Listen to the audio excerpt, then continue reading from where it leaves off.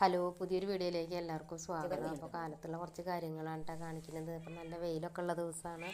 അപ്പോൾ ഞാൻ അടുക്കളയിലത്തെ തിരക്കുകളൊക്കെ കഴിഞ്ഞതിന് ശേഷം മുറ്റത്തിറങ്ങിയിട്ട് ആടിന് വെള്ളം കാട്ടലും വിട്ട് കെട്ടലും അങ്ങനെയുള്ള കുറേ കാര്യങ്ങളൊക്കെ ചെയ്തിട്ട് പിന്നെ ഒരു 11:30 ആകുമ്പോൾ അങ്ങോട്ട് കയറിയിട്ടാണ് അപ്പോൾ മീൻ വറക്കുന്നതും പപ്പടം കാച്ചുന്നതൊക്കെ കാണിക്കുന്നത്. പിന്നെ കട്ടൻ ചായ പപ്പടം കാച്ചിയത് കൂട്ടി കട്ടൻ ചായയൊക്കെ കുടിക്കുന്നുണ്ട്. അതിന് ശേഷം പിന്നെ ചോറൊക്കെ വെക്കുന്നുണ്ട്.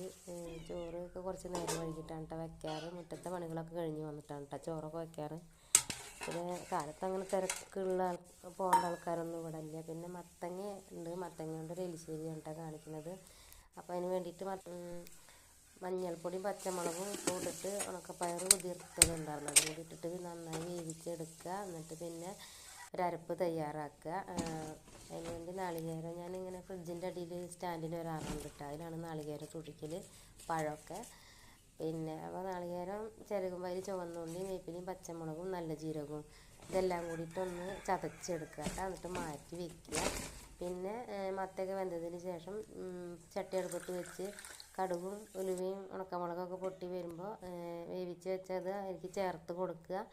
പിന്നെ ഈ കുറച്ച് എപ്പോഴും മത്ത വയ്ക്കുമ്പോൾ വറുത്ത തേങ്ങയും കൂടി ചേർക്കാറുണ്ട് കേട്ടോ.